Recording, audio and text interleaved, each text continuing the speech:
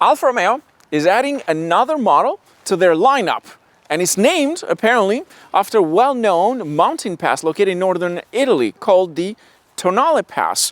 And here we have the actual Alfa Romeo Tonale. Today we're going to find out if this thing is any good. Should you buy this?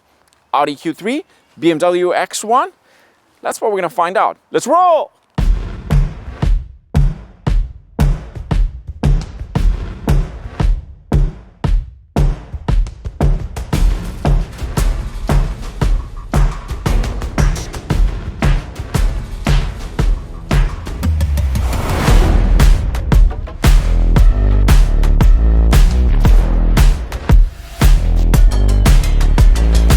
Before we get into the details, I want to thank special people. Alfa Romeo Maserati of Toronto. They're an Alfa Romeo and a Maserati dealership located in Toronto, Ontario, Canada. They're kind enough to allow me to borrow this for the weekend, test drive it, and show you what it's all about. And this video is not sponsored by this dealership in any way. All they did is, here's the car, let us know what you think about it. And that's what we're gonna do. Let us begin first with the front end. I love the design. I love aggressive headlights. I love the grille, of course, signature to the Alfa Romeo. This is called the tri-lobe headlamps, and these are adaptive, and it does have cornering lights as well. Moving on to the bottom over here, we have a blacked out grille all the way through. I have to say, 10 out of 10. I love this design, and I know you guys are gonna say this looks like the Dodge Hornets. In some ways, yes, but not the front end. This, in my opinion, has a better front end in comparison to the Dodge Hornet. The side profile might look a little bit like the Dodge Hornet, but here's a few things you need to know about it. First of all, you have the Veloce badge on the side so that you know that this is the Veloce trim. For wheels, we have 18-inch wheels, 19-inch and 20-inch, which is the one that we have for this model. We have red painted with the Alfa Romeo badge calipers. Of course, this is a very known style for the wheels, the 5-spoke that has been used in different Alfa Romeos. Then move on to this side over here, we have the blacked out bottom. And one thing I noticed is that they put this Italian flag on the turning signal located onto the mirror, which of course are automatically folded. Then move on to the second door over here for the second row. One thing I noticed is how flat this thing is all the way through. Look at that, the way they have just sliced it. Instead of making it like curved, it's flat all the way. Backside, similar of course tires. We have the Michelin Pilot Sport All Season 4, amazing tires, and you don't get the big calipers, but you get painted standard calipers. I love the fact that they have continued that design from the headlights in the front to the tail lights. Similar tri-lobe design, of course, LED. Then we have the center bar that goes all the way across with the Alfa badge in the center. And then we have the Tonale at the bottom over here, beautifully written. Bottom part, we got blacked out diffuser. Absolutely love that, minus the fact that we don't get actual exhaust tips, but this is not a high performance vehicle, so why bother? Then we have a powered tailgate, love it, but here's what you need to know. In comparison to the Audi Q3 and the BMW X1, this doesn't offer the most space. There's a slight difference between the three of them. This offers slightly less than the BMW X1 or the Audi Q3, but as you can see, it's just enough. And one thing I have to mention about this, it's small on the outside, but big on the inside. And I'll talk a little bit more about that once we jump inside.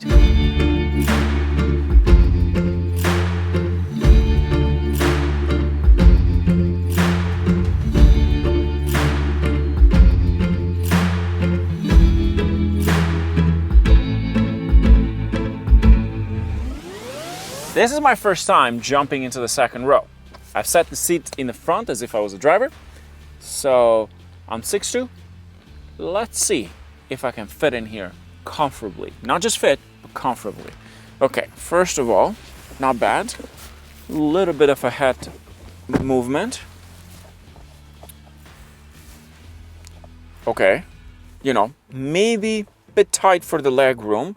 This is a small SUV, but I have to say, it's not that bad. I got tons of headroom. I'm 6'2", so I'm taller than the average individual, so keep that in mind. That means that not everybody's gonna be my size. There's people out there that are shorter than I. In fact, there was a Toyota Corolla here, hatchback, that 5 people just got in, right? I like this. It's actually nice. I would probably do a 4-hour trip maximum if I didn't have anyone in the middle, of course. Let me go into the middle. Okay, not bad. Still had room, just a bit tight in terms of leg room. I like it. Tech features. Well, don't get anything crazy here. We got USB-C and a USB ports. There's an air vent, power windows. That's pretty much it. Oh, and there's an armrest with 2 cup holders, pretty standard. Nothing crazy. Visibility, nice around here. This actually not bad. This is not bad. Let's jump into the front. Let's talk about what do we get in there. Okay, into the first row. First thing I'm gonna do is put my phone into charge into this wireless charging pad, which has the Alfa Romeo badge in there. I like that, nice little touch. Okay, that should be charging. How do we start this up? Of course, traditionally to the Alfa Romeo family, we got the button on the left side, you press that. And here we go. We are in to full turned on. This thing has very unique sounds overall, like the turning signal. I like that. So here's what we have. Massive digital cluster, 12.3 inch. And we got a 10-inch screen in the middle over here. Touch screen, of course. Then at the bottom, we still have standard buttons, which I appreciate that for your climate unit, temperature, and so on. Of course, the wireless charging pad that I mentioned previously, my phone is charging. That's always a good thing because sometimes my phone doesn't connect well. It's a large phone. Then onto the left side over here, we have this button and a scroll at the same time, so you can change your driving modes. You have the DNA, very traditional to the Alfa Romeo family. We have your dynamic, your natural, and advanced model as well. But then if you hold onto the right all the way, you have the traction. And then in the middle, because this is equipped with adaptive suspension system, we have the suspension setup. So you can go from soft to stiff, basically. So if you want to go around the track, or if you want to make it a bit more interesting. The center console here, of course, it has a standard shift knob, which I very much appreciate. Easy to use, not like the Grecale, which I wasn't a fan. Then we have the Italian flag behind it to let you know that you're driving an Italian machine owned by Americans. And on the right side over here, we have the volume, automatic handbrake, and then 2 cup holders in the center. Lots of space here. I like that. Moving on to the steering wheel, very nice and grippy. I like this. The way this thing is designed, again, very traditional to the Alfa Romeo. Now, let's talk about the actual cluster, because this is where I want to mention a few things. First of all, it changes layout as you change the driving modes. But what I love the most about it is the way it has the user interface that resembles a lot the classic Alfa Romeos. One of those that I could come to mind is the Alfa Romeo Spider. Love that. And even the actual shape over here, I love it. It reminds me a bit of the jet engine turbines in the back. That kind of design. I love everything about it. Space-wise, not bad. I'm 6'2". I've been driving this for a couple of days now, and it's comfortable for me. The sitting position is not too high, but not too low. It's somewhere in the middle. I don't mind it. I don't like it when it's too high because it feels like I'm driving a truck. Another thing to notice about this is the ambient light, and this is one of my favorite things. This part over here right now is turned off, but at night it actually has an ambient light and it goes from there all the way to this side, and it really gives a beautiful interior when you're driving at night. Absolutely love that. The seats are beautiful leather all the way through, powered of course for both sides. I don't have anything to complain about this, minus the heads-up display, which you don't get with this package. That's the only thing that I could say. Other than that, fully loaded. To the screen over here, we have a 360 camera. You have your Android Auto and Apple CarPlay. I'm connected wirelessly right now. This is, again, similar to what you find in the Jeep vehicles and the Maserati Grecale as well. I love this. I love the design, easy to use, very friendly. Everything is where it should be.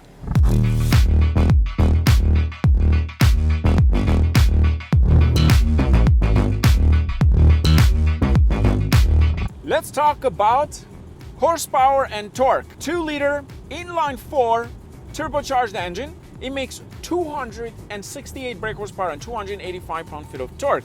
The plug-in hybrid uses a 1.3 liter with a 15.5 kilowatts battery and of course a 4-cylinder engine, and it makes 285 brake horsepower, and it uses a 6-speed automatic transmission with the plug-in hybrid. Meanwhile, the one that we're driving right now it has a 9-speed. They're both all-wheel drive. Let's talk about the trims and of course the pricing. In the US, you get 3 trims. You have the Sprint, which is the base model, then you have the TI, and then you have the Veloce. In Canada, we only get the Sprint and the Veloce, but you also get the plug-in hybrid. The Sprint model in the US starts at $42,000, almost 43 actually. Meanwhile, in Canada, it starts at $47,000.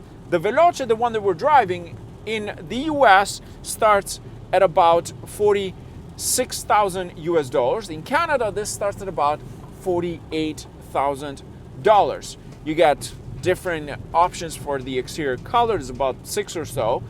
And on top of that, you can get different rims. The one that we have for today are probably the most expensive out of the other ones because you can get an 18-inch, 19-inch, and of course 20 inches one that we're driving today. Now, let's talk about how this thing drives. Here's some of my thoughts. First of all, it's zippy. The transmission, it does well. It's not the greatest out there.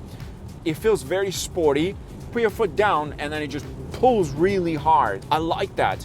It does feel a bit front wheel biased. I have to say that because when you want to go fast right now, it actually, you can detect the power going through the front wheels pretty easily, which again, it's totally normal. The interior for me as the driver feels roomy. I've driven the Audi Q3, I've driven the BMW X1, and I think out of the 3, this is so far my favorite in terms of how it drives. The X1 does have a bit more luxurious interior in comparison to this. This, on the other hand, it's a bit more sporty, and that's what I like about it. The suspension system, you can switch between soft and sport, and here's what I think about that. When you switch into sport mode, it gets about 35% stiffer. In soft mode, it's still a little bit stiff, but not unbearable. It has a very sporty ride. That's what I like about this thing. I don't mind it. I like this very much. Visibility is good overall. As I said previously, this feels small on the outside, big on the inside, and that's the perfect description about this thing. Now, some people will say, well, Sam, why would I want to buy this when I can just get the Dodge Hornet? First of all, in my opinion, the Hornet doesn't look as great as this. Second, this is an Alfa Romeo. It does come with a bit of the history. I don't know how the Hornet drives because I haven't driven yet. Maybe by 2040 or 2050, we're gonna get one because usually in Canada, they usually come like maybe a year or 2 years later or 5 years later. That's when we get the chance to drive it. So I'm very lucky that I actually got to drive it and have it for a couple of days from the great people at Alfa Romeo of Toronto. But I think one thing that I could complain about this car that annoys the hell out of me is the fact that it has a lot of gap between the fender and the tire. It feels like this thing can take 22-inch wheels, no problem. It's lifted way too much off the asphalt, off the ground. I want it to be a little bit lower because it looks a bit weird. But design overall, in terms of the front end, rear end, it's very unique in its own way. It's very Alfa Romeo, and that's what I like about it. I like this thing, and I think it's a great package overall. You get quite a lot of tech features. And of course, you get a very, I'd say, quick car in my opinion for what you're paying. It's a good, well-priced vehicle. Just go and take it for a test drive.